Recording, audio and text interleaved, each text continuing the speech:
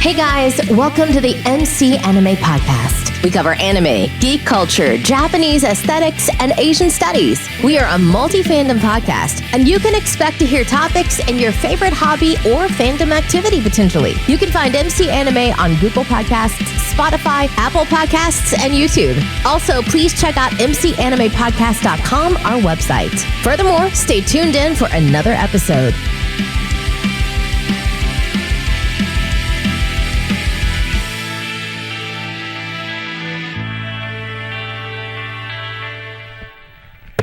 Hey guys, welcome to another episode of MC Anime. I'm MC Anime, and I actually have a special guest with me today.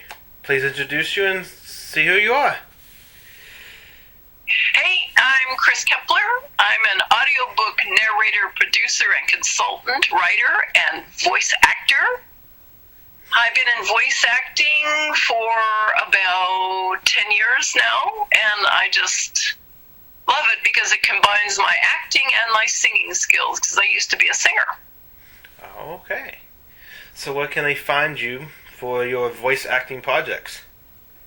They can find me at my website, www.chriskepler, that's KRISKEPPELER.com. Alright. Yeah. So, we'll just knock it off. Well, this particular episode, we're discussing voice acting as a whole, and also special guest appearance of Miss Kepler here is going to provide us more insight to the voice acting career. With voice acting, what do you like about the industry that you have experienced?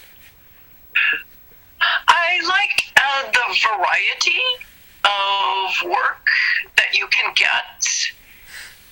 I especially love doing character-based work because I'm a character actor. But I also do, I enjoy doing explainer videos. I've done a lot of e-learning. I enjoy that. I've even had to do character work for e-learning. But I really like e-learning because I get to learn along with narrating it. So, yeah. Okay. So, being a character actor and being a voice actor, what are the main differences in regular acting opposed to voice acting?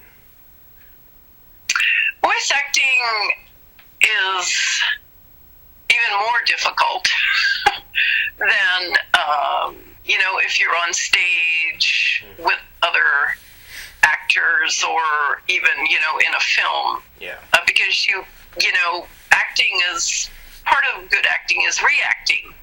And with voice acting, there's nobody there to react to. So you sort of have to have your own little storyline in your head that you're imagining as you're voicing characters or even an explainer, video. So, the hardest part is there's no one there to react off of, another actor. Oh, yeah. So, you have to use your imagination more. Yeah.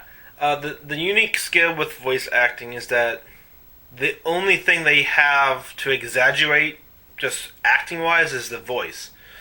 So that's why there's a lot of vocal exercises, and as a result of those vocal exercises, you get into, if you're doing a squeal, well, the squeal has to look authentic and sound authentic. So you have to project your voice to that tone that they're particularly looking for to match the character you're doing it with. And that just doing voiceovers. There's just more stuff like just the voice. I can be very happy today. Yes. Stuff like that. You have to emphasize your voice in a way that is matching what they're looking for. Also portraying the character more, because the only connection you have to the character is the script. The script in front of you is literally everything you need to know about the character, who they are, where they come from. So you have to imagine being in their shoes as you are literally representing the character from a vocal standpoint. They're animators to animate the character to give them motion and movement, but you really are the character in a way. Yes. Yeah. But, I mean, even in my little booth, I have a very tiny home studio, but you will find yourself moving your arms around, and that helps you also get the character. Because that's not going to, as long as you don't hit the mic, it helps. It helps. So there's a lot of body movement going on in front of the mic, too. True. So what's like a routine you like to do before the voice acting gig starts? I look over the script, and I think about that character, what I'm feeling as that character in that situation, and I'm also going to, especially if I'm doing a very specific character, I'm probably going to practice that character's voice, and I'm going to do it in different ways. Okay. I'm just not going to go with one way. I'm going to, experiment. And so when I step in front of the mic, I know exactly, what I'm going to do. Mm-hmm. And I've even had some game projects where I was a harpy. My character was a harpy. Oh. And I had sort of a picture of the harpy's movements. Uh-huh. There were no words. It was just all sorts of noises that the harpy would make. And I would go through, and this is not unusual, I would have to voice what the harpy was doing in that portion of the script in about 4 or 5 different ways. So I'd have to come up with different voice inflections just for that one movement. 4 or 5 of them. And let me guess, this harpy had like 20, let's just say 60 movements, right? Yeah. Oh, yeah, gosh. It was a lot. It was a lot of different inflections to come up with just for, yeah.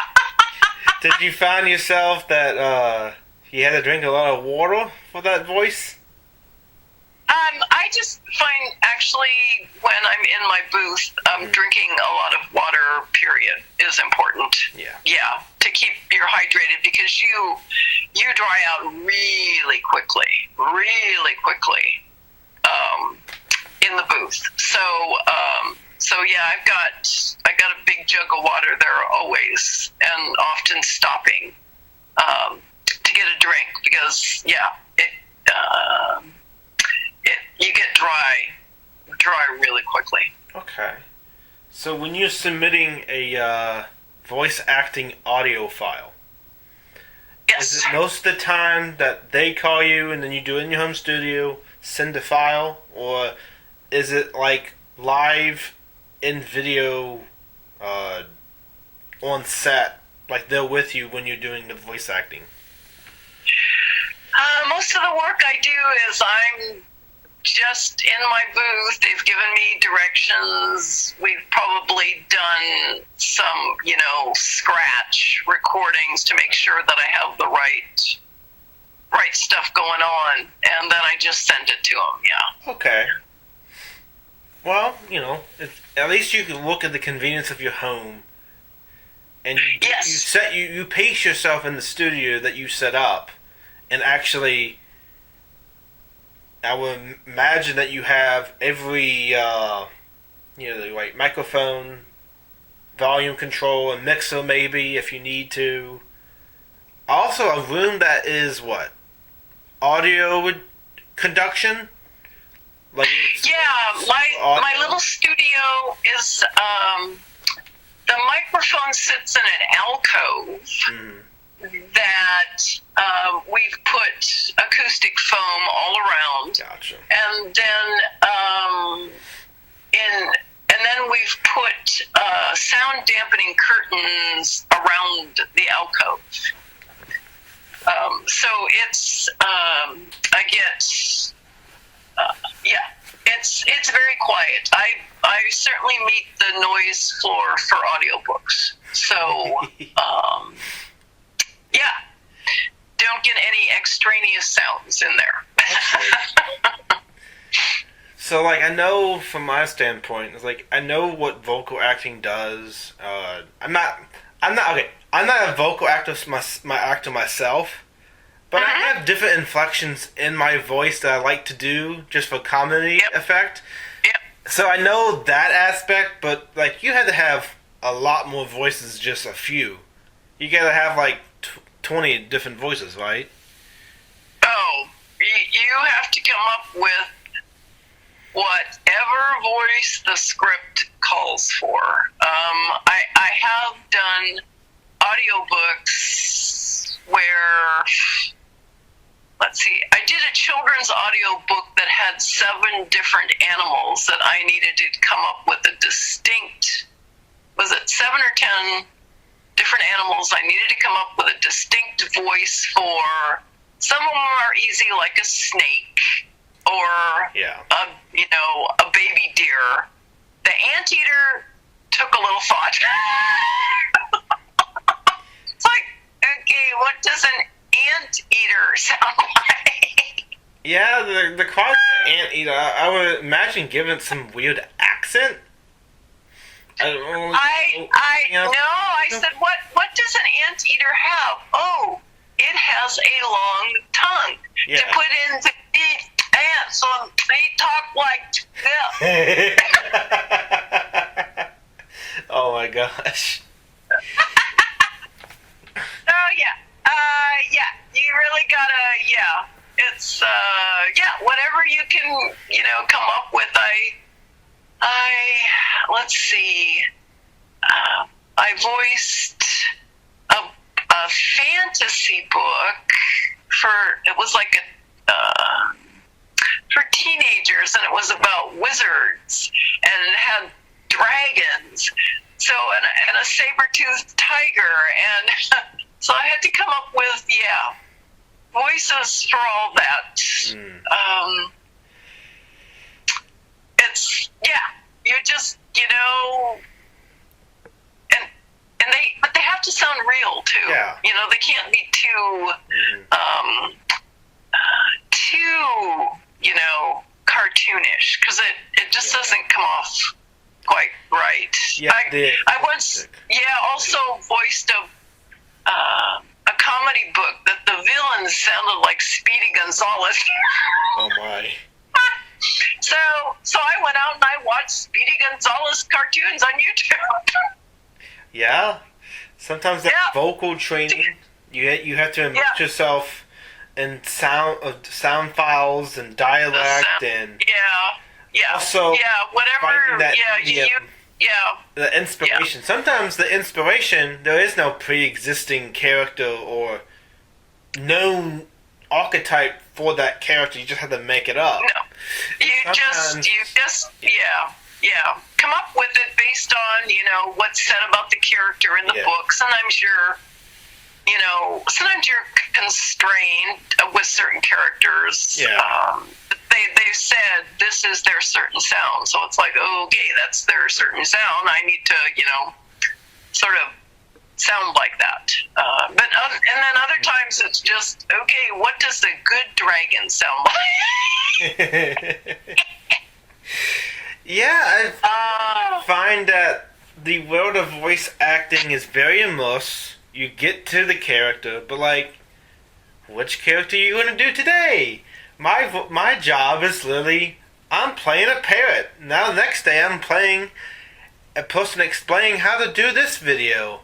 I'm going to wash sinks, and I'm the informative washing sink voice, and you want to buy the sinks because my voice is telling you to buy the sink,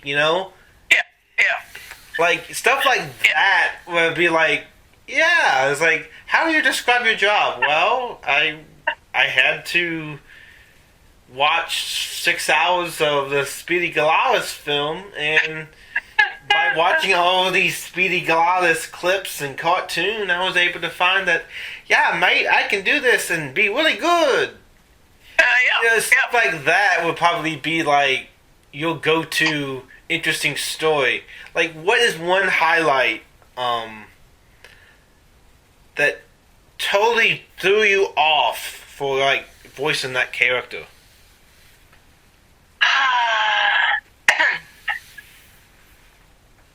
It got you into like the biggest writer's block ever. It was like really hard to voice. I did. I did an actual IMDb credit for this. It's a video game called Agony, and it's literally you have to escape from hell. Okay. It's a very scary video game, and I was voicing the martyrs, and it took a while to get to the very dark place and find all the dark voices that I needed to use, because I was more than one martyr, so I had to come up with different voices, but they all had to be some sort of creepy and scary and yeah. How did they cast you for mortals? I'm just wondering, it's like, what? How did you get cast to be a mortal? A martyr. Yeah, martyr. So I was a resident in hell. Yeah, I know, but like, how did they cast you? How did they find you to do that part? I auditioned for it. Oh, okay. Yeah, actually my voice is it's good for dark. I'm good at horror related stuff. That's just what it is. Oh my god. So, yeah. You put that on your resume. What is people's reaction to you doing that video game?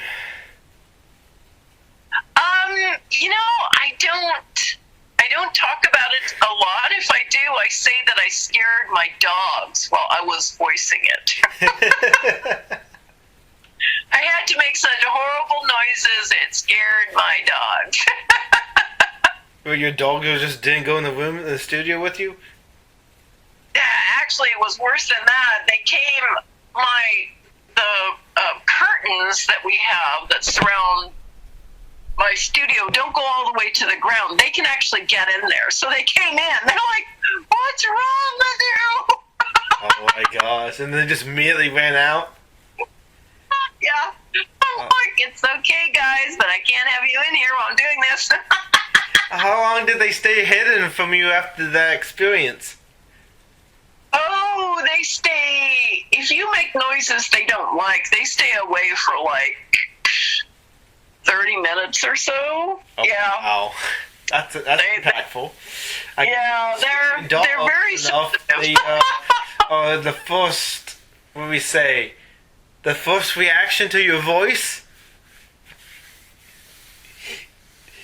Was there ever a time when the dogs like just stayed in the room because they love a particular character you were doing? Most often when I'm just, not voicing anything scary, it's, they're here. They, as long as I'm not, howling or screaming, they're fine. What's a good howl that you've done?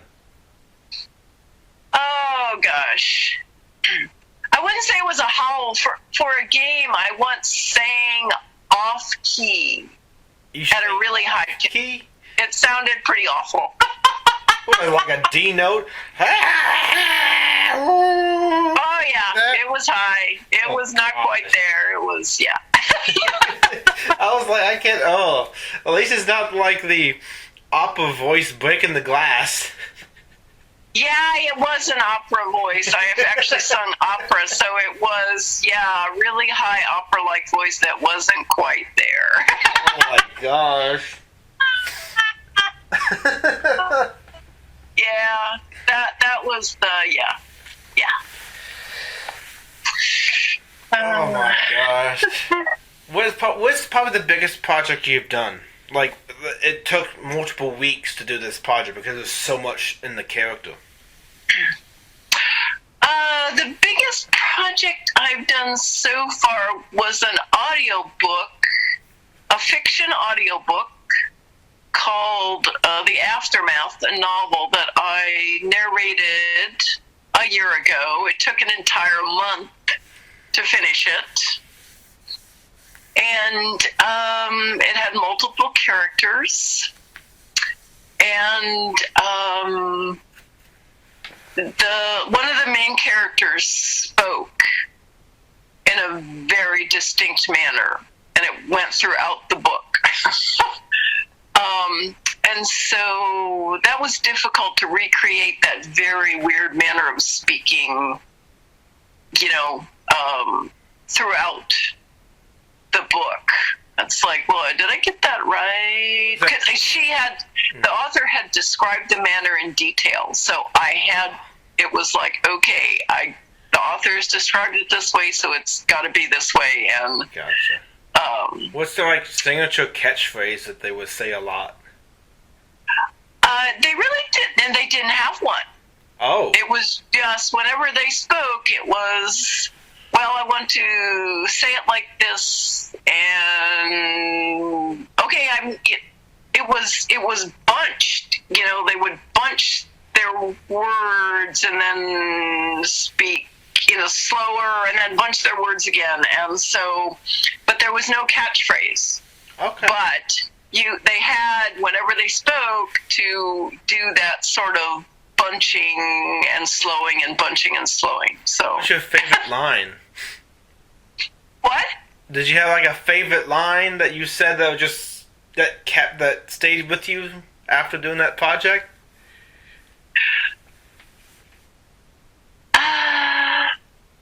No, I didn't. I didn't. No. Okay. It was just, man, I was tired after I got done with that. Do you want to implement that? You do a little voice sample of that? Oh, the character? Yeah. Oh, okay. He would. Okay, it was. Are you okay? Can I help you with something? Okay, are you sure you're okay? That it was, sort of pieces of sentences almost run together and then stretched out, and then, yeah. That's so strange. So they asked you to do it like that and break it up and have mid-sentence stop and then say something else. Yeah, and it had to, sound like him is that? all the way through. Yeah. That's a very Pacific dialect or a speech mannerism. Yeah, it was very specific, and it had to be all the way through, and he had no, lines that were repeated. He didn't, I can't remember him repeating anything, It was just that specific way of speaking that had to be, every time he came up, it's like, okay, oh, God. Here we go. I don't know, that's kind of crazy to me that sometimes you get such specific detailed requests that I was like, well, was there ever a project that you found that you just could not do based on what they were asking for?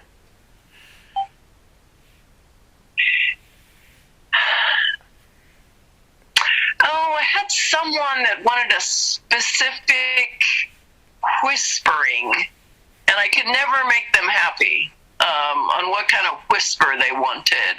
Whispering, it's very hard to make it sound right in front of them, with voiceover. Whispering's a very difficult one in the first place. So I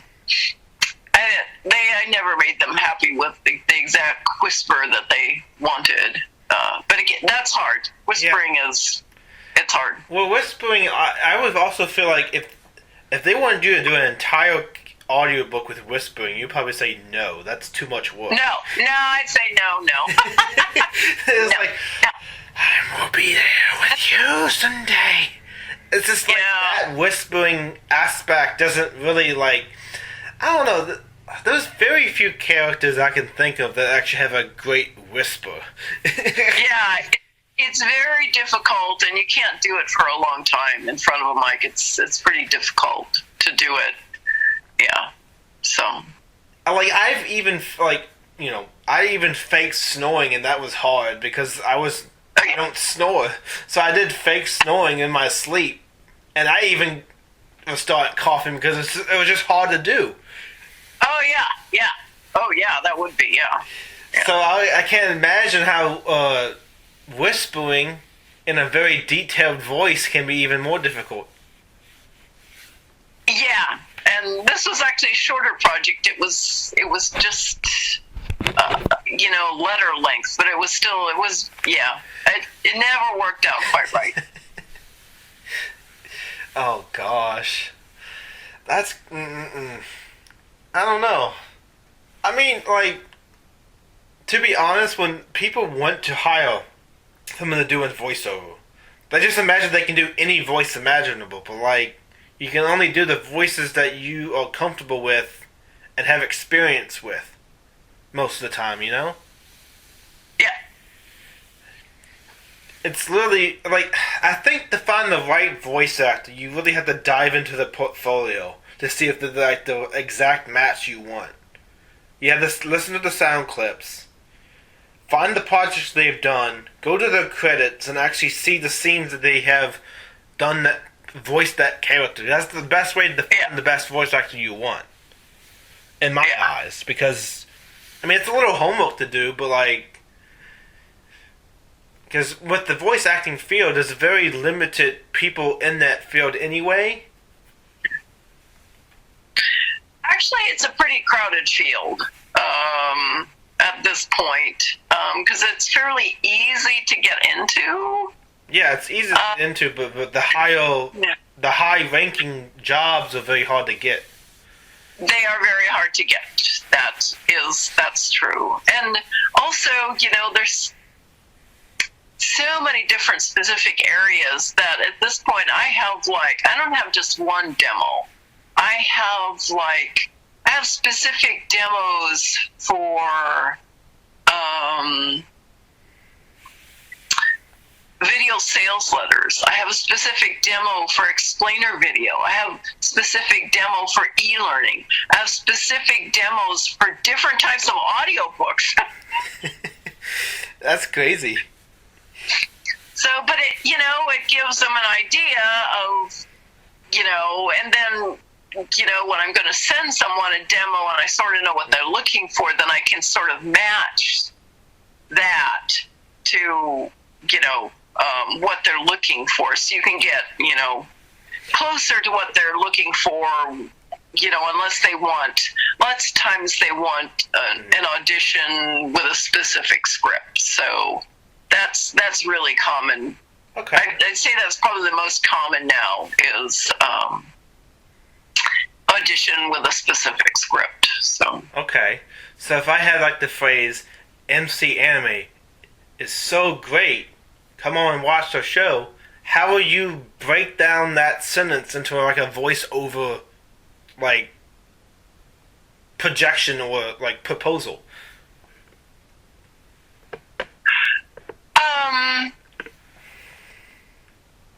Well, I would I have a little pitch script that I pretty much follow. Oh, okay. Because I have trouble writing stuff off the cuff. So I have a pitch script, that is sort of, hey, I specialize in bringing your content to life. I've brought a prince, a princess, a witch, an anteater to life. And I've narrated over 50 audiobooks, most published to Audible, and I look forward to working with you and bringing your script to life. So that's sort of have that little pitch that pretty much works for everything. So because that most voice acting jobs. So I have that, and then if they don't ask for if they don't have a specific script and they just want a sample, then I choose the sample that's best matches what I think they're, from their description of their script, what they're looking for. So. Okay. That makes sense, because not only do you have I have my pitch, and I'm doing like this and this and this. I'm the witch and the anteater, and by being the witch and the anteater, I was able to do this. My experience exceeds the 50 different audiobooks. Yeah. And if there's different, I know there's different variations in changing your voice.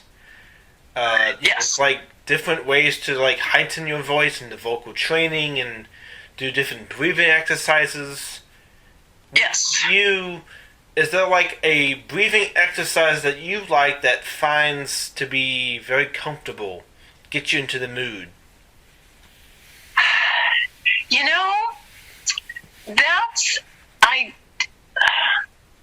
That's where my singing and my opera training comes in. Okay. And I don't do any specific exercise before I step into the booth, but while I'm narrating, I am thinking about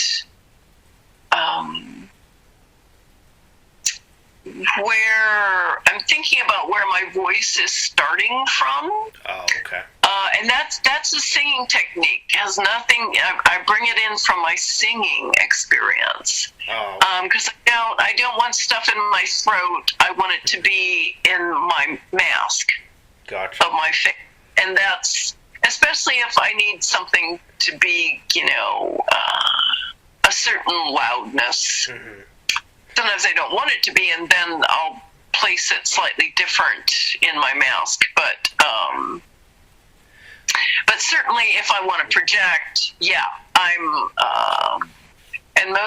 a good majority of the jobs require that I project. So I am, I'm thinking about the sound starts in my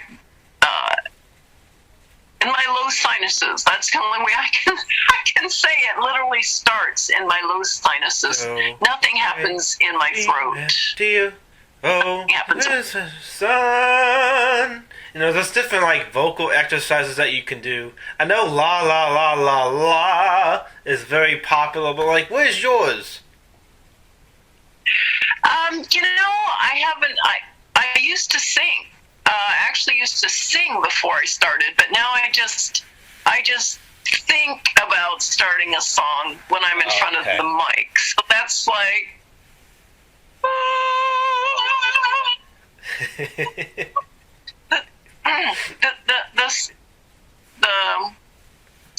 when I make that sound, it starts in the lower part of my face. It doesn't start in my throat ever, for any reason, unless I happen to have a character who talks down there, but you don't want to do that very much because it's really hard on your vocal cords. I would imagine. And even if I have a character that talks like this, I'm still putting the sound in the mask. It's a little lower in the mask, but it's not in my throat. Yeah, I can imagine that. I know if they would ask me to do some of this stuff, I was I have no idea. I don't know how to deliver that voice if you want that specific. I was I'm not the right candidate for you. But I can help with voiceover, video stuff like that. I have experience with that. But I think with voiceover with me, most of the time it was short recording. Yeah. A lot of times they, like, in a video business, you have, like, maybe 15 employees, and you don't have much time to get a voice, so you get that recording for, like, a quick project kind of thing. Yes. Yeah. But, yeah. I know a lot of videographers that do their own voiceover, too, yeah. Yeah. And it's, you know, it's also very easy to think of a voice to do your own voiceover. I've done a little bit of I did like a narrative video where I did a video essay and I recorded myself doing it, and I take my time recording it and all in one session. Yeah. So that was like a reflective essay about nature and the impact of the world and stuff like that. Oh, nice. So, you know, I put that in my portfolio of videos I've made and me recording that. I still have it. It's kind of cool that I can just look back. It's like, oh, this was a neat idea that I had in my free time that I did. And, you know, here's the other videos I've made kind of thing. It was not like it was like school type projects. I was in TV production, so we actually had a program teaching us like light design, sound design, how to voiceovers, changing that. I would make opening credits for a particular like lunch menu or club, sports. We had a teleprompter. So I even had the experience being in talent, reading the script on the teleprompter. Wow, that's not easy. So I was like, I don't know, even shooting the camera, doing like different camera angles, following, like literally setting up, taking down grappling on the lights and setting them the different key light, base light, fill light, model, the triangle, try to get the perfect lighting situation. Yeah. It was lots of fun. I still want to do that. I just, you know, I've taken a step back from that because, like, at base value, it's very entry level, so it takes like 10 years to get like a huge promotion kind of thing. Yeah. But that's kind of one reason why I went to podcasting was because of that. It's still small in production wise with audio recording and cover art and a description of the video. Yeah. And I also feel like I'm, in a way, as a host, I'm like a mini producer. And want to make my own content. Yep, you are. Well, yeah, you are. Yeah. And, you know, it's been kind of interesting finding people to fit that criteria. And it's just, like, it's a lot... I've been over-ambitious, and so I'm taking a step back to get everyone filled out and then go back to the over-ambitious part. So it just makes sense to me. It's like, well, what do I want? Well, there's lots of people that qualify. Here we go. Yeah. And that's just how it came to be. Yeah. And do you find that voice acting does that for you too? Yes. You know, I taught myself how to edit and produce audiobooks. So I not only narrate, I also, you know, edit and master, and the files are ready to upload to Audible. So yeah, I taught myself to be a producer. It's editing. I find editing to be very tedious. It's not my favorite part. But the time I spent editing Sweet was actually the best time because you really pinpoint what you wanted to do. You storyboard everything. Like, I even did that for Black History Month? I actually did a voiceover to read a custom script. So I had to get a script, record the script, and there was only one person in the mass communications class who had that deep radio show voice-like persona about them. He had that deep, rich video host. Yep. The radio show personality. Yeah. So we used them, and it went out really great, and he took the time reading the script. I had to make sure I wrote a script because I wanted to say exactly what I wanted to be said, and then I edited that piece into the footage, and I had to make B-roll footage too. So yeah, I planned out every B-roll footage, exactly which frame would transition to the next. It was kind of cool. Wow. Wow. And it was only like maybe a minute long, but it took that much work to do because of. Oh yeah, it takes. Yeah, it's a huge amount of work. Yeah. Yep. It is. So what is like some personal projects that you wanted to do yourself? Like you want to be the producer, the voice, and just doing everything. Well, right now I do that with my podcast. I put out a weekly podcast. The only thing I don't do is write the script. Well, Okay.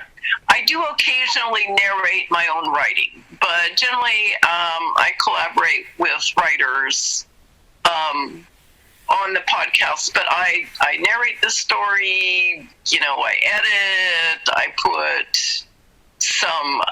I have a special music for my podcast that a local composer wrote for me, and I add that, and so that's my. And right now I'm looking to expand that.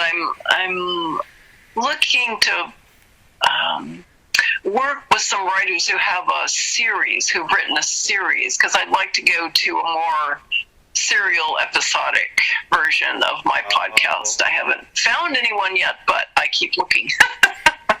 True. So, in the podcast that you do, what is it called and what's it about? It's called Does This Happen to You? And it's funny stories about life and befuddlement.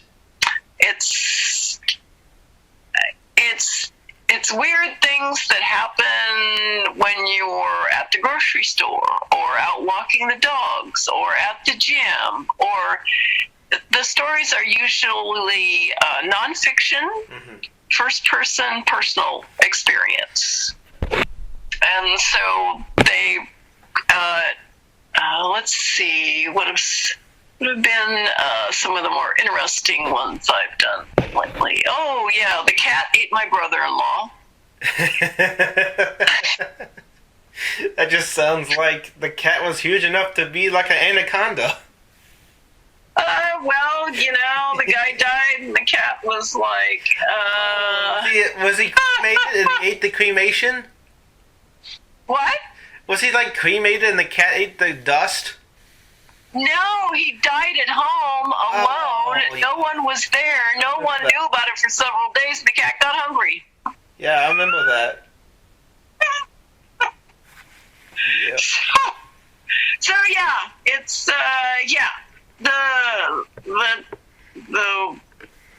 it's a lot of the stories are okay. If you wrote this as fiction, nobody would believe it. So that's I'm looking for the weird,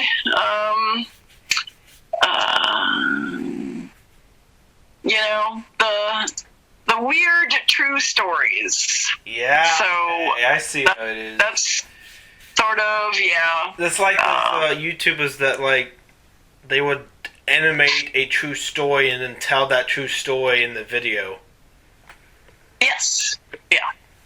And I do have I do make videos from my podcasts, and I have a YouTube channel that they reside on. So yeah. And did the YouTube channel get like the views you wanted it to get? Well, actually, I didn't know if I'd get any subscribers. I actually have some subscribers. So you said like you've reached like 1,000 people or something like that? No, I've only got 26, but yeah, it's still a start. It's I think I started out with one, so somebody's there's people out there finding it interesting. I guess there's quite a few people that actually do listen to stuff on YouTube. They don't watch, they listen. So it's just like I found with some of my audience. I'm like, I've had like 500 listeners so far. Yeah. The subscriber count is like varying because I have different platforms, and The one that most of the time I find that it's actually the most is from Android, but Android has all these different sites for the podcast. So like, yeah, it's like, well, which part of Android are they coming from? Because there's so many services on Android. Yeah, I know. That's the thing with podcasting. It's sort of all over the. It's really hard to get a good read on who's listening because, there's still no really good aggregator. Yeah. I have had more people listening and reviewing on Apple Podcasts, though. Yeah. I got a couple more reviews, so 5-star reviews. So, yeah. They've said, bite-sized fun. My podcasts are very short. They're about 5 or 10 minutes. So, bite-sized fun. Yeah, mine usually go for an hour, but that's because of the content I cover. It's less expensive. Yeah.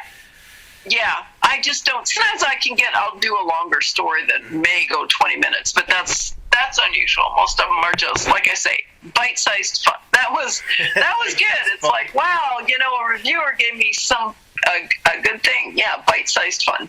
Now you can use bite-sized fun as a catchy logo. Yeah, I think I'm going to use that as You put in the bottom, it's like bite-sized fun and lots more. Yeah. Yeah. Oh, that sounds funny. Like, oh man. Let's talk a little bit about your audiobook that became supposedly in the making of an animated project. Oh yeah, Shere Khan, yes. So what about that do you like a lot about?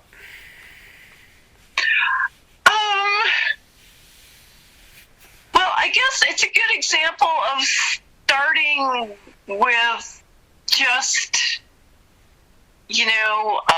reaching out. What I did is, I'm on Stage 32. It's a networking site specifically for the film industry. Mm-hmm. And so I was looking out there for writers to connect with for my podcast, for stories. And I met a screenwriter who said, well, I've got a script. And then we talked about, she was sort of interested in making it into an audiobook. So I said, well, I've heard of people doing that. Mm-hmm. And so I narrated The Magic of Shere Khan, Spring Rain. Mm-hmm. And it's basically about a magic cat. And so I did all the voices, including Cleopatra the cat, and the really mean CEO from the USA. Oh, like so. And so we put that, out there as an audiobook in June of 2020. Mm-hmm. And then she was looking for, so that was a way to introduce animators to the book. And because she had an audio copy, of sort of what it sounded like with the narrator and stuff. And then she found an animator who was interested, and he's the one currently, and he's a well-known animator, mm-hmm. Todd Showalter. Oh, okay. And they've been taking it to the next level, and she expanded the script, so it's an episodic animated series that they're trying to find. Right now, they're trying to find funding, and I'm attached to it as one major character and maybe a few minor characters. So we priced you role into what was the character they thought you were the best fit for? I am the wise universal being, Amunet, that is the mentor for Shirkan, because that's my voice. You know, my voice lends itself to the wise older woman. Oh my gosh. Yep. So it's like you reached an epiphany moment. It's like, oh yeah, I just realized that this is who I was to be, and being a mentor. I do that. I kind of like to give more to this project because I was the mentor for the audiobook, so it kind of fits. Yeah. Yeah, see, I started out attached to because I'm the narrator for the audiobook, the main narrator for the audiobook, and then that gets me as it goes on through the process to become an animated series, that I'm still attached to it. So it's just sort of, starting out small, and then things can grow if you, work with it and take advantage of it. Yeah. Oh, yeah. When the opportunity comes forth before you, yes, do you make it big? Do you make it smaller? Or do you just continue with the project you have and run until you go to another book and do another audio book? So, there's different ways to attract it. And one way is book to audiobook to an animated series. That's a tertiary adaptation of the same book. Yeah, yeah. Because any radio drama or audio book is sometimes, if there's not currently a movie or anything, it's a secondary adaptation. It's still reading the book, but that is changing the entire aspect of what the book feels like. Yeah. Because it's so transformative in nature of the original content that it's actually standalone in itself. Yeah. Yeah. And there's an audience for that, and there's also an audience for the audiobook. Sometimes the reader will read the entire book, and they love it so much, and they found out the book is on DVD, they will buy the book on DVD and listen to it now. Yeah. And a lot of times that's most of the market, is the transition from the original audience to the new audience in the audiobook. And some people just read the audiobook, which is fine. I've read books myself and the audio version, so I like both versions. It's just sometimes I found that the audiobook was intriguing to listen to, and I can follow along. But I'll usually have the book in front of me to follow along. So. Yeah. Oh yeah. Yeah. That's called Audible calls that Whisper Sync. Yeah. Whisper Sync. Whisper Sync. Yeah. Oh my gosh. The whispers of the audio is coming to my ear. My synchronization of reading the book to myself. I follow. Yeah. It's yeah. I didn't know they had a tone. That's just what I did sometimes. I didn't know I had. Yeah. Well, now it has a tone, so I feel more enlightened than before. Yeah. Yeah, never know what you'll learn. I mean, different things have different meanings and different names. I don't know. I really think that the audio gives so much power to so many different projects.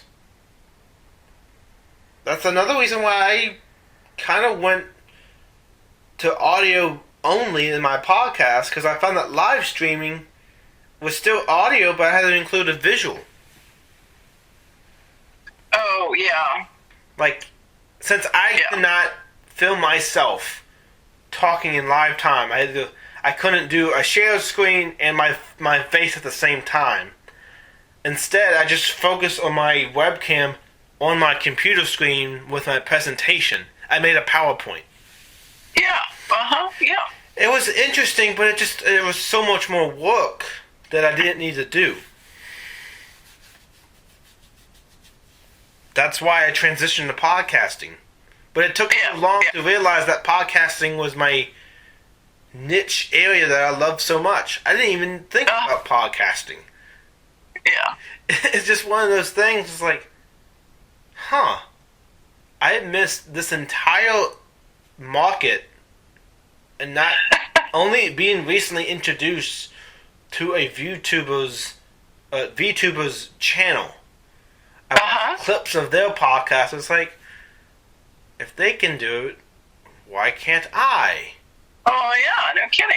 Yeah. So I called my original co-host of the live stream. We did a couple episodes, and then he got so busy, so I started finding more co-hosts.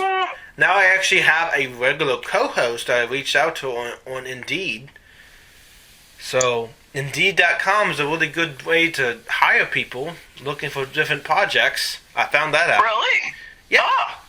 You get a lot of people interested in applying. I think I did like 15 interviews before the person I wanted. Wow.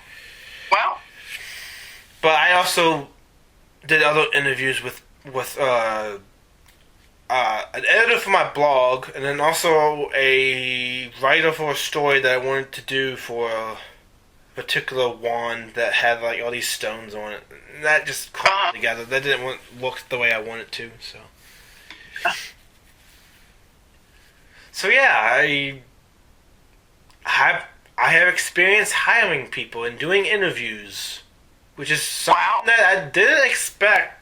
Doing these like blogging and podcasting, and just finding a writer to do the story. I don't know. That was unexpected for me. Oh,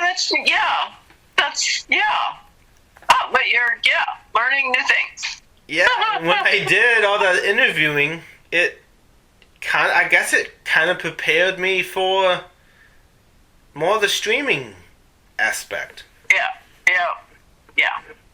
Now I'm doing like, I don't know, this week was like 6 interviews with people. Wow, that's great. Well, Podmatch had me ranked number 12.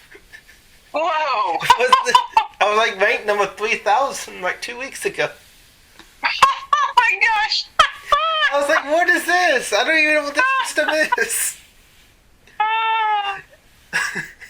So I constantly have to check Podmatch because of the messaging system. It's like, I don't know who's calling. I know, it's kind of wacky, isn't it? You know.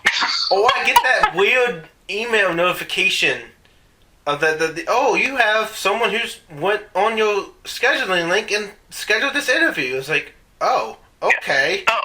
Yeah. They must have went outside of Podmatch and scheduled the interview manually. They get your camera link, the link, and you can do it outside of the website, so you get a notification for it. Yeah. Because sometimes it's like, who's in my interview? So if it doesn't show up, it shows up on the my email. So like, I have to keep track with this and keep track with that. And it's like,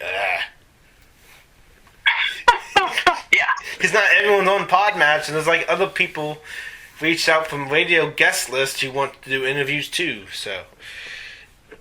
Yeah.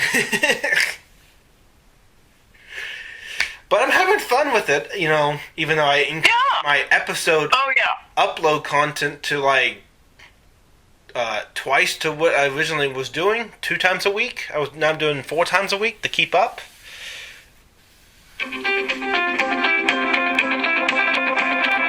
So yeah, I'm still here. Oh, okay. So with your voice acting as a whole, what do you find to be most intriguing?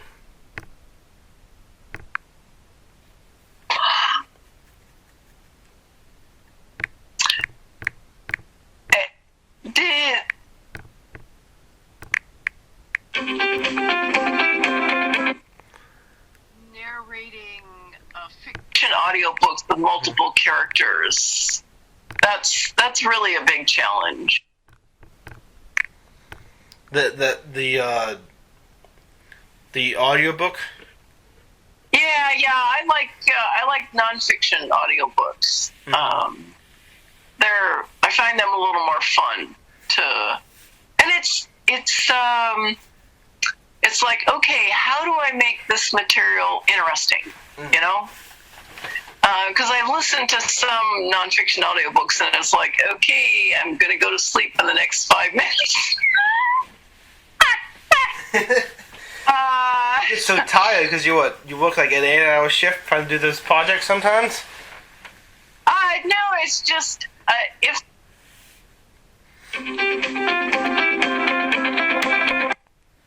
it gets boring really quickly.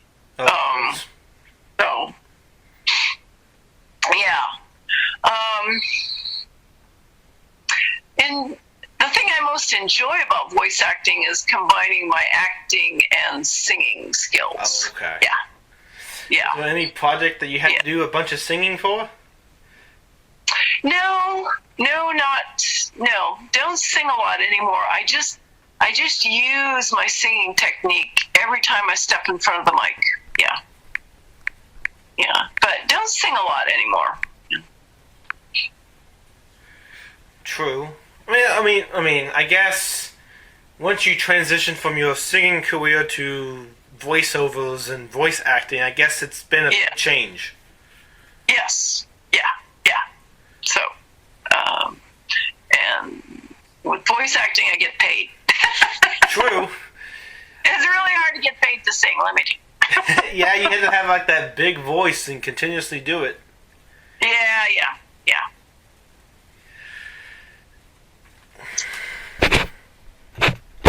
So, through your connection of voice acting, what is one area that's the most impactful, that you find just to be the most exciting thing ever?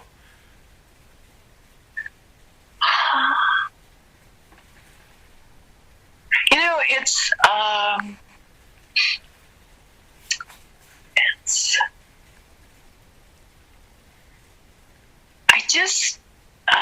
wow. That's a hard question. I get a huge amount of satisfaction when I finish a book. Okay. When I finish an audio book.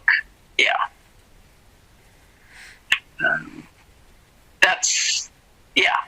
It's really cool to, narrate and produce the book and say, here it is, and then anybody can, listen to a sample, and, So I get, it's just telling this great satisfaction out of telling the story well. Okay, I can see that. And sometimes my questions can come. My questions can be random at times, but also they're very difficult to answer depending on what I ask. So you did pretty well on that one. But that's just kind of who I am and how I conduct this interviews and stuff. I don't make it like an interview. It's like a conversation. Yeah. So in the closing part of the podcast, what should the audience take about voice acting and overall general appreciation for the craft?